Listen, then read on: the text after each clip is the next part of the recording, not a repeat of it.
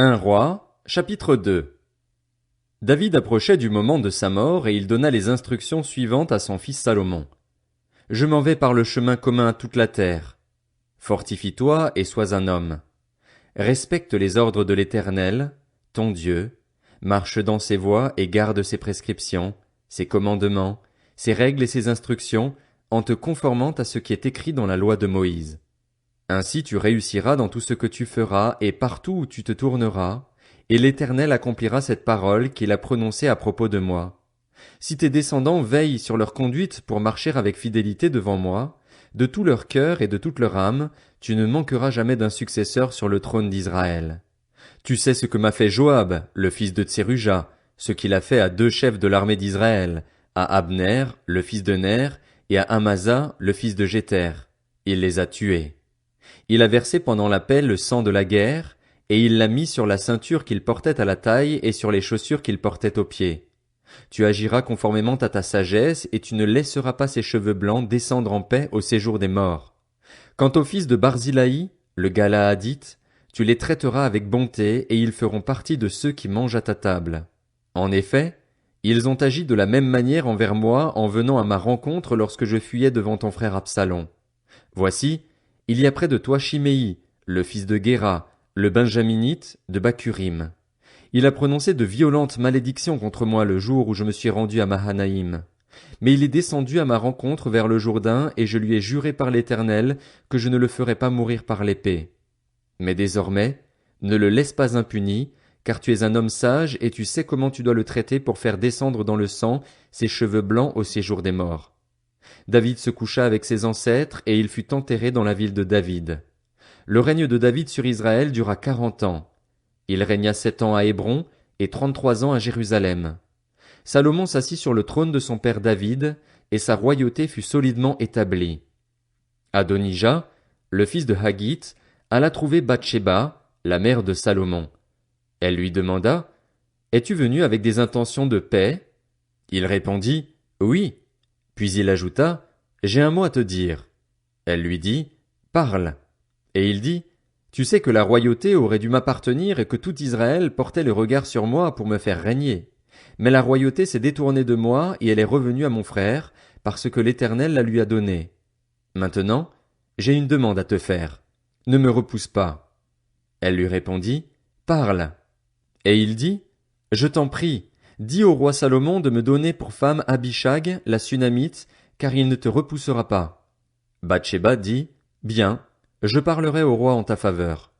Bathsheba alla donc trouver le roi Salomon pour lui parler en faveur d'Adonijah. Le roi se leva pour aller à sa rencontre et se prosterna devant elle, puis il s'assit sur son trône.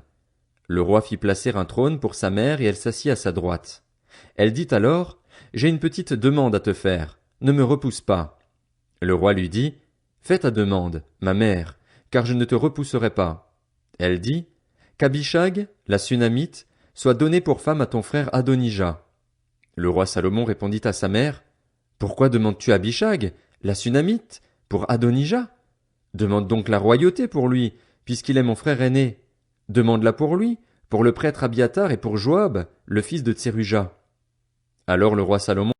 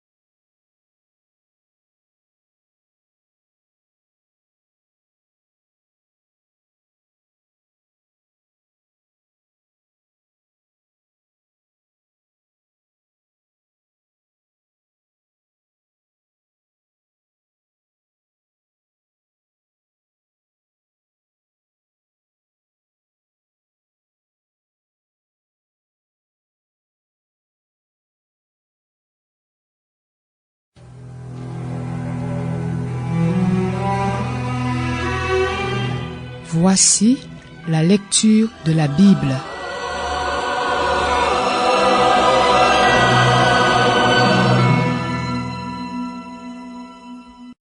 Un roi, chapitre 3. Salomon s'allia par mariage avec le Pharaon, le roi d'Égypte. Il prit pour femme la fille du Pharaon et il l'installa dans la ville de David en attendant d'avoir fini de construire son palais, ainsi que la maison de l'Éternel et le mur d'enceinte de Jérusalem. Le peuple n'offrait des sacrifices que sur les hauts lieux, car jusque-là on n'avait pas encore construit de maison en l'honneur de l'Éternel. Salomon aimait l'Éternel, suivant ainsi les prescriptions de son père David. Toutefois, c'était sur les hauts lieux qu'il offrait des sacrifices et des parfums. Le roi se rendit à Gabaon pour y offrir des sacrifices, car c'était le principal des hauts lieux. Salomon offrit 1000 holocaustes sur l'autel. À Gabaon, l'Éternel lui apparut en rêve pendant la nuit et Dieu lui dit : « Demande-moi ce que tu veux que je te donne. » Salomon répondit : « Tu as traité avec une grande bonté ton serviteur David, mon père, parce qu'il marchait en ta présence dans la fidélité et la justice, et avec un cœur droit envers toi. Tu lui as conservé cette grande bonté et tu lui as donné un fils pour siéger sur son trône, comme on le voit aujourd'hui. Maintenant, Éternel mon Dieu, tu m'as établi roi, moi ton serviteur, à la place de mon père David. Or je ne suis qu'un jeune homme, je n'ai pas d'expérience. Ton serviteur se trouve au milieu de ton peuple, celui que tu as choisi, et c'est un peuple immense, si nombreux qu'il ne peut être ni compté ni recensé. Accorde donc à ton serviteur un cœur apte à écouter pour juger ton peuple, pour distinguer le bien du mal. En effet, qui serait capable de juger ton peuple, ce peuple si important ? » Cette demande de Salomon plut au Seigneur. Et Dieu lui dit : « Puisque c'est cela que tu demandes, puisque tu ne réclames pour toi ni une longue vie, ni les richesses, ni la mort de tes ennemis, mais que tu demandes de l'intelligence pour exercer la justice, je vais agir conformément à ta parole. Je vais te donner un cœur si sage et si intelligent qu'il n'y a eu avant toi et qu'on ne verra jamais personne de pareil à toi.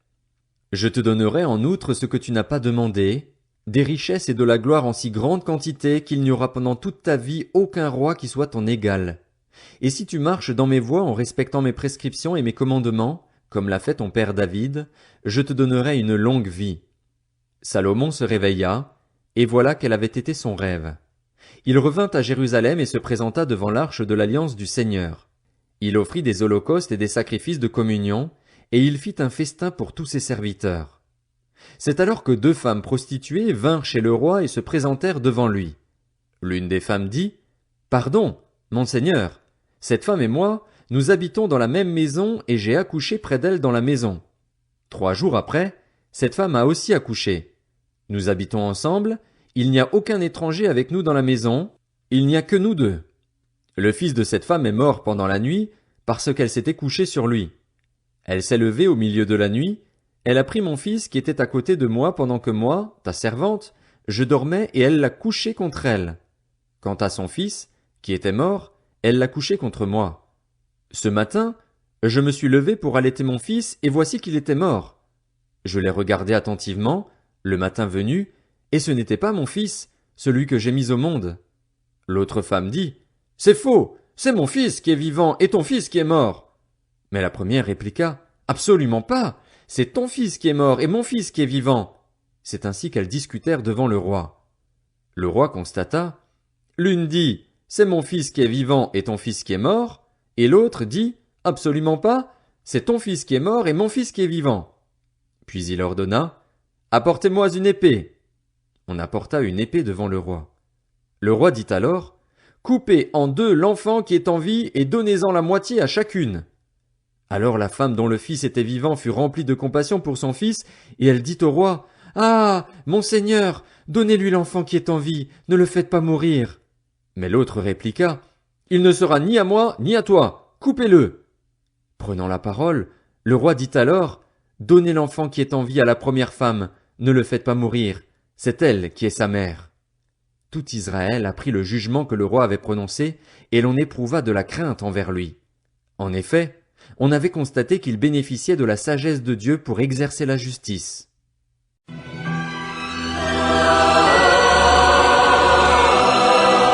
C'était la lecture de la Bible.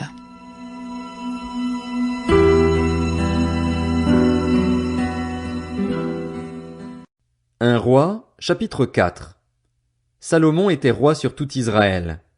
Voici les hauts fonctionnaires qu'il avait à son service.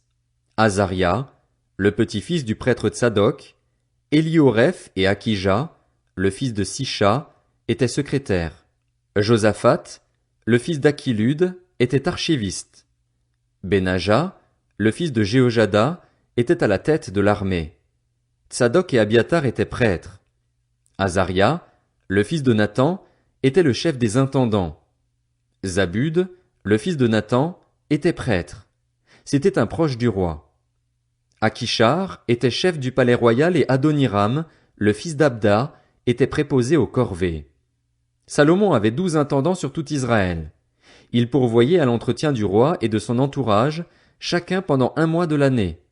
Voici leurs noms: le fils de Hur, dans la région montagneuse d'Éphraïm, le fils de Deker, à Makatz, Saalbim, Beth-Shemesh, Elon et Beth-Hanan, le fils de Ézed, à Aruboth, qui était responsable de Soko et de toute la région de Épher, le fils d'Abinadab, qui était responsable de toute la région de Dor et qui avait Taphat, la fille de Salomon, pour femme, Baana, le fils d'Achilude, qui était responsable de Tahanak et Megiddo, et tout Beth-Shean, toute la région qui se situe près de Tsartan, au-dessous de Jizréel et qui va de Beth-Shean jusqu'à Abel-Méhola et après Jokmeam.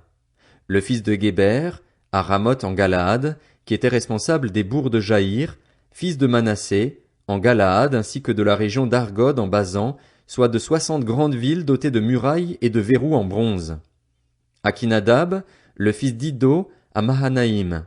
Akimaatz, qui avait pris pour femme Basmath, la fille de Salomon, en Nephtali. Baana, le fils de Hushaï, en Nazer et à Béaloth. Josaphat, le fils de Paruar, en Issachar. Shimei, le fils d'Éla, en Benjamin. Géber, le fils d'Uri, dans le pays de Galaad. Ce dernier était responsable de la région de Sion, le roi des Amoréens, et d'Og, le roi du Basan. Il y avait un seul intendant pour ce pays. Juda et Israël étaient aussi nombreux que le sable qui est au bord de la mer. Ils mangeaient, buvaient et se réjouissaient.